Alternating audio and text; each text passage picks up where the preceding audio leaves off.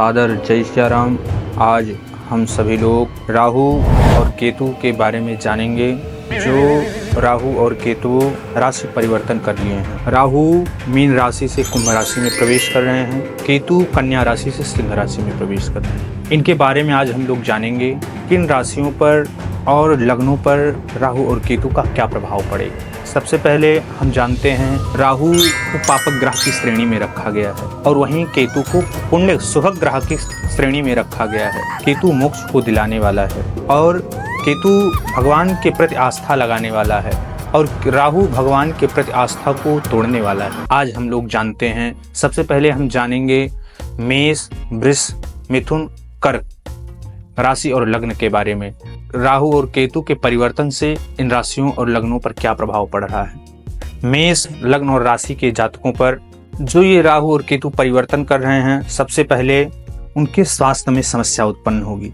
स्वास्थ्य के कारण उनके शरीर और मन मानसिक वेदना के शिकार हो जाएंगे और वो उनका बच्चा एकाएक मौन हो जाएगा। उनका बच्चा अपने आप में गुमसुम रहेगा और वो पता नहीं किस परिवेश को फील करे, कैसा सोच रहा है, क्या कर रहा है, ऐसे माँ बाप समझ नहीं पाएंगे और इस स्थिति को देख करके माँ बाप को क्रोध आएगा। जाहिर सी बात है कि कोई बच्चा मौन हो जाता है, अपनी बात कह नहीं पाता है, माँ बाप अथक प्रयास करते हैं, बच्चा कह नहीं पाता तो उनको क्रोध आता है। और मेष राशि और लग्न के लोगों के लिए प्रेम संबंध में परेशानियां आएंगी और खास बात यह है, नया प्रेम संबंध जो चल रहा है, पुराने प्रेम संबंध एकाएक उनके सामने आ जाएंगे और उन पुराने प्रेम संबंधों में मैत्री हो जाएगी और नए संबंध टूट जाएंगे और नए संबंध जब टूट जाएंगे तो उनको मानसिक अशांति सी होगी। इसके बाद में उनका मान सम्मान बढ़ेगा। ऐसे व्यक्तियों का मेष राशि और मेष लग्न वालों के मान सम्मान और कोई ऐसी अजीब प्रतिभा जागृत होगी इस वर्ष जो उनको उच्चतम शिखर पर ले जाएगी और उनको तीर्थ यात्रा करने का योग प्राप्त हो सकता है और उनके मित्रों से दूरियां बनी रहेंगी। आत्मविश्वास में कमी आ जाएगी। संतान पक्ष में उनको नुकसान होगा और संतान के प्रति उनके मन में नाना प्रकार की वेदनाएं उठती रहेंगी, पश्चाताप होगा और कोई निर्णय लेने में दिक्कत करेंगे, वो कोई निर्णय ले नहीं पाएंगे। इसके बाद में शिक्षा की कमी आ जाएगी। यदि कोई छात्र छात्रा शिक्षा अध्ययन कर रहा है तो उनके शिक्षा में कमी आ जाएगी और जो करना चाहते हैं वो कार्य अविलंब से होगा। सरकारी नौकरी रोजगार में मान सम्मान पद प्रतिष्ठा की प्राप्ति होगी और उनमें बढ़ोतरी का योग है। संतान पक्ष धीरे धीरे मजबूत होगा और भैया इनके लिए उपाय करते रहें। तीर्थ यात्रा करें, मंदिरों में गुड़ चना का दान करें, किसी पुस्तक का दान करें, छोटे छोटे व्यक्तियों को कुछ खाने की वस्तु दान करें।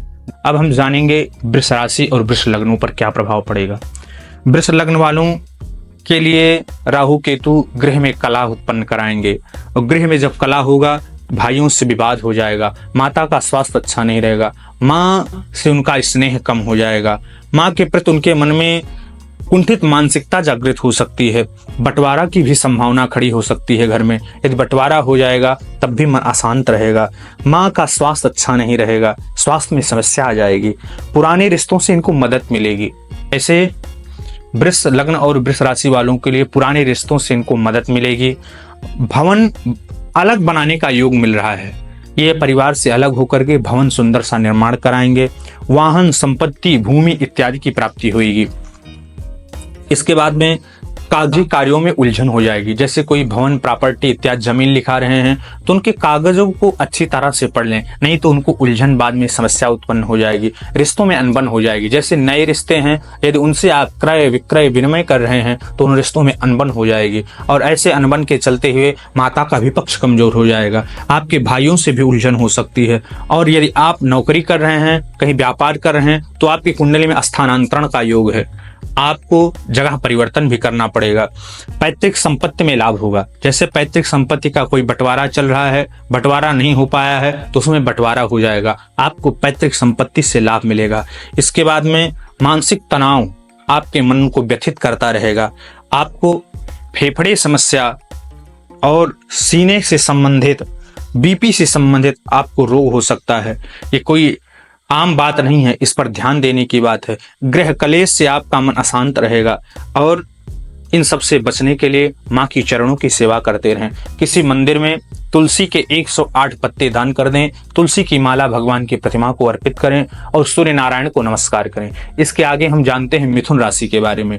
मिथुन राशि और मिथुन लग्न के लोग, ये समय इनके लिए बहुत अच्छा है। बिना कोई समस्या आए हुए इनका विशेष लाभ होने वाला है। बड़े और छोटे भाइयों से इनकी दूरी बन सकती है। ये दूरी बन जाएगी तो मन शांत रहेगा और इनको मौन रहना पसंद करने लगेंगे। मौन रहने लगेंगे तो इनके मन में अशांति अपने आप और फैल जाएगी और ये कोई विषय वस्तु पर निर्णय लेने में पूर्णतया खड़े नहीं हो पाएंगे। इनके मन में व्यवधान उत्पन्न होता रहेगा कि मैं निर्णय लूं या ना लूं। इसके बाद में आत्मसंदेह की भावना उत्पन्न होगी। इनके मन में आत्मसंदेह की भावना यदि उत्पन्न होती है तो अपने आप हृदय विकार उत्पन्न हो जाएगा। नए कार्यों को ये पूर्ण करने का पूर्णतः प्रयास करेंगे, नए कार्य में संलग्न हो जाएंगे और यदि लेखन का काम करते हैं, वाणी का काम करते हैं तो भगवान बुद्ध की उपासना करते हुए, श्री कृष्ण की उपासना करते हुए इन कार्य को करें तो इनमें अच्छी आमदनी तथा अच्छा यश की प्राप्ति होगी। और कोई ऐसा कर्म ना करें कि भाइयों और बहनों से दूरी बनाना पड़े इनको। यदि भाई और बहन से दूरी बनाएंगे तो इनको थोड़ा सा कष्ट उठाना पड़ सकता है। अपनी वाणी को मधुर रखें। पड़ोसियों से मधुरता आएगी। यदि लंबे समय से पड़ोसी से कोई विवाद चल रहा है तो सुलझाने का अवसर मिलेगा और पड़ोसियों से मधुरता आएगी। कोई और रिश्तेदार नए बनने के योग हैं और रिश्तेदारियों में विखंडन का भी योग है। जो अभीष्ट रिश्तेदार हैं इनके, उनमें बंटवारे जैसी समस्या उत्पन्न हो सकती है। यदि आप डिजिटल का कार्य करते हैं, जैसे यूट्यूबर हैं और कोई डिजिटल कार्य करते हैं तो आपको ये पूर्णतः सफलता मिलेगी और इस क्षेत्र में डिजिटल के कार्य में अच्छे योग चल रहे हैं। आपको इस क्षेत्र में आपको पूर्णतः सफलता प्राप्त करने के योग्य है। और एक काम करें, आपको कोई ना कोई व्यक्ति धोखा देगा और उन धोखे से आप काफी ज्यादा परेशान रहेंगे। इसलिए आप ओम किंग केतवे नमः का जप करते रहिए और इसके बाद में भाई और बहनों का सहयोग करते रहिए। इसके बाद में हम जानते हैं कर्क राशि और कर्क लग्न के लोगों के बारे में। कर्क राशि और कर्क लग्नों के लिए बड़ा सुंदर सा योग है। राहु केतु बड़ा सुंदर सा योग किए हैं। इनको आकस्मिक धन का लाभ होगा और इनका मन आकस्मिक धन के पीछे ही लगा है। जैसे लॉटरी, सट्टा, शेयर मार्केट, इनके पीछे ज्यादा भगेंगे। और एक काम करें, अगर इनको आकस्मिक धन लाभ लेना है तो मांसाहार और मदिरा को छोड़ दें। इसके बाद में मौन धारण करें। यदि मौन धारण करके दिन में 1 घंटे मौन धारण करते हैं तो इनके शरीर में पॉजिटिव ऊर्जा का संचार होगा। पारिवारिक कलह और विवादों से बचें।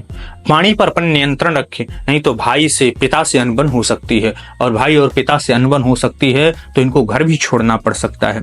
परिवार में कलह और विवाद भी उत्पन्न हो जाएगा। यदि परिवार में कलह और विवाद होगा तो आपके छोटे बेटे का स्वास्थ्य खराब हो सकता है, पत्नी के स्वास्थ्य अच्छे नहीं रहेंगे। इसके बाद में जो प्रेम संबंध है इसमें मधुरता आएगी और कर्ज से आप परेशान हो सकते हैं। इसलिए किसी बैंक से, किसी व्यक्ति से लोन लेने से बचें। अगर ये आप लोन लेते हैं तो पूर्णतया चिंता के शिकार हो जाएंगे। चिंता से यदि आप ग्रसित हो जाएंगे तो आपको ऐसी स्थिति में आपको सहायता करने वाला व्यक्ति कोई नहीं मिलेगा। तो आपको परिवार से अर्थ की समस्या हो जाएगी और अर्थ से समस्या जब हो जाएगी तो आप बड़े परेशान हो जाएंगे। इसलिए आपको केतु की उपासना करनी चाहिए। यदि आप केतु की उपासना करते रहेंगे तो आपका परम कल्याण होगा। और केतु के साथ साथ किसी हनुमान जी के मंदिर में जाकर के संकल्प करके 300 हनुमान चालीसा का पाठ करें और बूंदी का लड्डू छोटे छोटे बच्चों में बांट दें। सबका कल्याण होगा। जय श्री राधे।